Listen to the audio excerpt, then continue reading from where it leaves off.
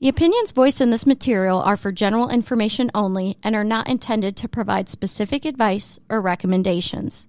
To determine which investments may be appropriate for you, consult with your financial advisor.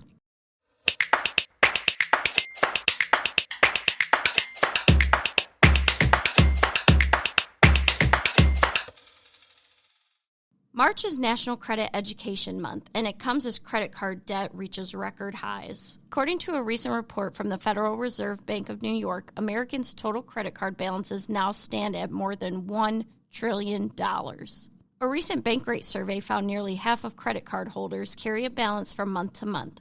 But credit cards aren't all bad news.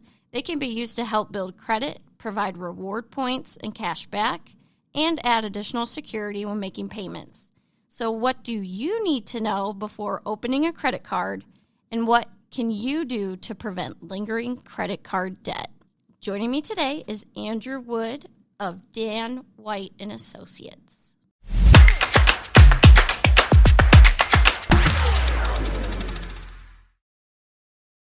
March is National Credit Education Month, so I thought it would be a nice time to talk about credit cards. I found a recent Bankrate survey that found 1/3 of Americans have more credit card debt than emergency savings. What comes to your mind when you hear that? It's a shame because if you think about it, like what happens if, you have the next emergency, right? Depends where you are with your credit cards. Obviously, you don't want to be maxed out. So if there was an emergency, and, you have something to fall back on. I kind of look at that. That's the way that credit cards kind of should be used. It's more like an emergency, kind of last resort thing. You don't want to spend what you don't have, and that's ultimately what a credit card is. So, but that's obviously very alarming that is the case, and it tells me that upon the next emergency, you got a lot of Americans that are in trouble. I've heard some financial professionals. The one that comes to my mind is Dave Ramsey, of course, kind of advise against using credit cards. Do you agree with that at all, or do you think they're like a nice way to build credit? Yeah, I don't know what you're into, what people are into, but I look at it as a discipline thing. I like to put it this way. So I've done a lot of dieting over my life, a lot of exercise over my life, but it doesn't matter how good the program is. You got to do it. You have to be disciplined, right? So, and I kind of look at credit card spending that way. Yeah. You have it. If you are going to use it, you want to be able to pay it off. You don't want to spend the money that you don't have. But I've listened to Dave Ramsey, and I think he's in agreement. And I think the issue that runs into, and it really has to do with whether it's an investment or a purchase, is you don't really want to spend too much money on something that's not going to make you any money. Yeah. And the way I look at credit cards, if you're not paying it off, it's costing you money. And then look at the purchase itself. Is that going to cost you, more money down the road too? So, I'm not a huge fan of people using credit cards, but if they're disciplined, and they're not spending the money that they don't have, and they can continue to pay it off, and even earn the points or what have you, I think you can help people. But I do feel like, and I forget exactly the study had mentioned, but people that have credit cards tend to spend more. Yeah. Because it's not something that's hitting their bank account right away, and you don't have to pay it off right away. So it's from an emotional standpoint, it's easier to spend, when you have that ability to do that on a card. You're kind of, I think, going into this a little bit, but how can massive credit card debt impact your future? Because I feel like in the moment, if an emergency comes up or whatever the case is that makes you use your credit card, I feel like you think like, oh, well, I'll deal with the debt like down the road, So, and then before you know it, you've got so much charged up that you are struggling to crawl your way out. How can this harm your future? So, I look at everything from really a cash flow perspective, meaning, what's going out versus what's coming in. And, if you're spending more than what is coming in, what that means is you're going to go into debt, whether that's a country, a business, a household, an individual. It doesn't matter. That's how it works, right? So, yeah. But I look at it this way. So especially when it comes to retirement, when you retire, the ideal situation is you still got bills to pay, and you have to have the income to pay the bills. So if you're just going to defer, paying bills by racking up credit card debt, at some point it is going to get paid. right? So that could mean for some people having to work much longer, right? It could mean having to continue to pay off credit card debt even in retirement. And, what you're ultimately doing is you're delaying, I wouldn't call it success, but I think you're delaying, the future happiness in the future for happiness now. Right. Plus, if you're in the now, if you're struggling to pay that off, that impacts your credit score. So, and that can, I think, limit, opportunities later down the line. It can make it hard to get a mortgage or maybe rent. So I just feel like people don't really think about that, those long-term impacts. No, they don't. And again, if your credit card, credit score is low, then you're looking at, if you are able to get a loan, you're looking at typically higher rates. So, it's going to hurt even more. Yeah, it just seems like a bad cycle that's really hard to get out of. It's all about discipline, and it's more than just finance. It's more than just cash flow, debt, but it's everything. And if you're using these tools, which is what they are, they are tools, and they can certainly be helpful for people, but they got to be used the right way. And it's not just about necessarily increasing your spending now. And we've talked about this a little bit too, but with like credit card balances only being due once a month, they obviously can provide a false sense of financial security that can make you feel like you can buy things when you probably really can't. How can people avoid falling into this trap, and what should they consider, especially if it comes to like an emergency expense? Again, I look at budgeting as being really important. It's not fun to do, and I understand that, but you do need to figure out what is coming in and what is going out. So you realize that, sometimes you have to say no to a purchase. That's just the way it works. If you don't have the income to cash flow, then you have to say no sometimes. In the emergency situations, obviously those are emergencies. So those are, shouldn't happen every week. They shouldn't happen every month. Right. Hopefully they're happening a lot less than that. But again, it all has to do with discipline. Just making sure that you understand what is going out versus what's coming in. Don't fall into that trap, because at some point you're going to have to pay it. Do you have some tips on maybe like helping people become a little bit more disciplined, or any ways to kind of start doing that? Yeah. First thing, write down expenses. Figure out, what your budget is, and write down your income, your sources of income. And I like to look at that from an after tax situation. So, you look at what your actual paycheck is, whether it's weekly, biweekly, every month. Figure out what is coming in every month. Figure out what is going out every month. And the budgeting, and this should be starting as soon as you're able to take on debt. As soon as you do pick up, you are actually paying your own expenses. So whether it's after school or what have you. That really should start in the beginning, figure out what's coming in, and figuring out, what's going out, and are you able to afford that? Because if you're not able to afford it, then obviously sometimes, again, you're going to have to say no to some of those costs and expenses. Have you dealt with any clients maybe who've been bogged down by debt, specifically credit card debt, that have had to like delay their plans for retirement, or have you seen any other like cases where it's really negatively impacted them? Sure. So, sometimes it does mean, unfortunately, delayed retirement for some people. Even for the people that are able to retire with the debt, I will tell you specifically, I see the emotion, the emotional side of things, where you can almost feel that they're being impacted or bogged down by this debt, and they want to get rid of it.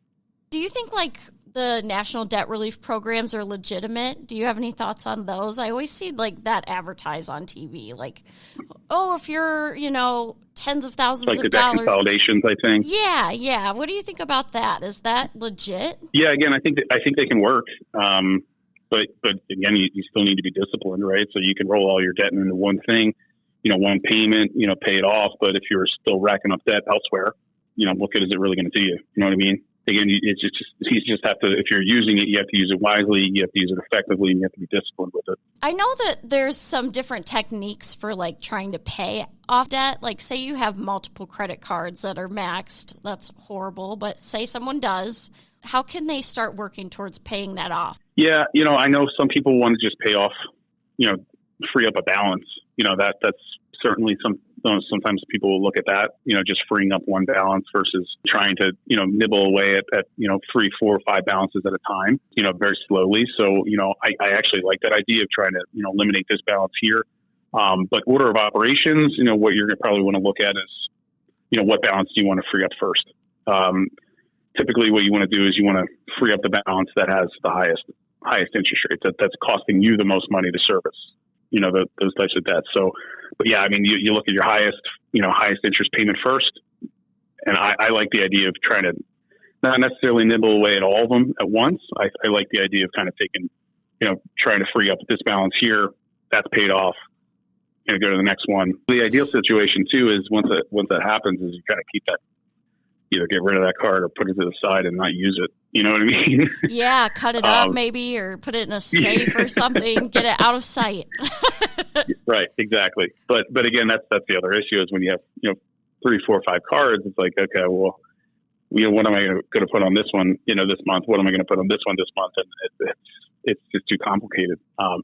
You know what I mean? It's just, and the next thing you know, they're all higher balances than what you thought they were going to be at the end of the month. So, but again, just organization, discipline, making sure that you have, you don't want to spend, tomorrow necessarily for today. Switching gears just a little bit. I know sometimes like parents will open up a credit card for their college age student that maybe has like a $500 limit or $1,000 as a way to maybe help them build credit or cover little expenses in school.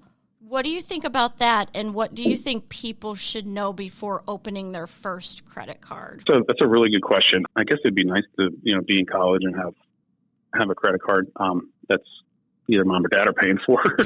Yeah. I did not have that luxury. I do remember actually, I do remember actually getting one because I was living with my friends off campus and my parents were kind of like, this is on you. So I did remember getting a card, and I was the one who paid the electric bill, and it wasn't fun getting 4 or 5 roommates to pay the electric bill. Oh my God, that was the worst. I don't miss that at all. Like moving in with people and figuring out, okay, whose name's going on the energy bill? Like, who are we? And then you got to hassle everybody to get it, and people can screw you and not give it to you. Yes, or they don't have it. It's just, I do not miss that. No, but that was, for me, I felt like the only option. Yeah. It was like, all right, I got to get this card, and I pay it, pay the electric, and hopefully my buddies will pay me back. But again, you just got to be careful with it. You don't want to be using it necessarily to go to the bar and buy drinks and things like that. So right. you just got to be really, really smart with it. For the parents, I'm sure, they can see the line items, they can see what's being spent on. So I guess it should give them a little bit of control. But if it's in the individual, name, and parents don't necessarily see what it's being spent on, I guess that can get a little bit dangerous. Yeah. Do you recommend, like, parents, if this is something they decide to do, putting their name on the account and being able to kind of monitor it? I never really thought about that, but yeah, absolutely. Yeah. I mean, if they do put their name on it, yeah, it gives them much more control. You certainly don't want to have too high of a limit, for someone who's just getting started in that type of situation. So, because what happens, because that limit, for some reason in our brains, it's like that limit is what we can spend. Yes. And, technically it is, but it doesn't mean that's the limit that you can afford. No, and it can have decades worth of impacts. I feel like too, some credit cards, they have like different reward programs or cash back or whatever the case may be that makes them look really attractive to people. Am I allowed to plug a company? Of course. So like Costco. Costco's wonderful because my membership is paid, through my spending on the Costco card. So, and then sometimes they'll give you, I think it's a one time a year they'll do it. They'll pay you some cash back, which can either get applied to a balance or actual cash is my understanding. But yeah, I mean, I think they can be used, but to take advantage of that, you got to figure out, all right, well, if I'm paying interest, is it worth it? If you're paying interest, just to get this, so they'll give you some cash back, which is just, I mean, a lot of times that the cash back is just paying paying the bill, paying the interest, which you're probably not going to get very far that way. But if you're able to pay the balance and, take advantage of the rewards, whether it's cash back or, I don't know, years ago, they used to have gift items like merchandise that I think years and years ago, I think it was my college credit card one. you get enough points and they'll send you, a little gift if you're choosing. But no, again, it's the same concept. I mean, the rewards is just an added benefit of being able to pay, your bills on time, is at least in my opinion. Sometimes, like when you're at the checkout line at a store, they'll pressure you to sign up for their specific credit card, and they'll say like, if you sign up today, you'll get 20% off of today's bill, blah, blah, blah. And they kind of pressure you to sign up right on site. But what I've noticed is a lot of those cards have really, really high interest rates. And if you don't read the fine print, you could be, like if you don't pay that off within a certain amount of time, then the interest can start climbing. So what would you tell people or warn them about, I guess, when it comes to those? The phrase is nothing is for free. And just keep in mind that, these companies wouldn't be doing it if they weren't making money on it somehow. They might give you this discount, whatever it is. If you open that card, but, they're kind of betting that, you're going to get a balance and you're going to have interest payments. So always keep that in mind that, again, if you can't pay the balance, it's probably going to cost you more than what the benefit is, what that discount is that they just gave you. So, just again, keep that in mind. You don't want to take out credit. You don't want to go into debt that, you can't afford to pay.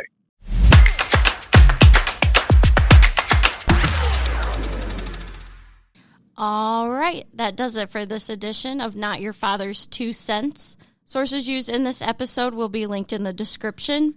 Thank you so much for listening, and I'll meet you back here next week.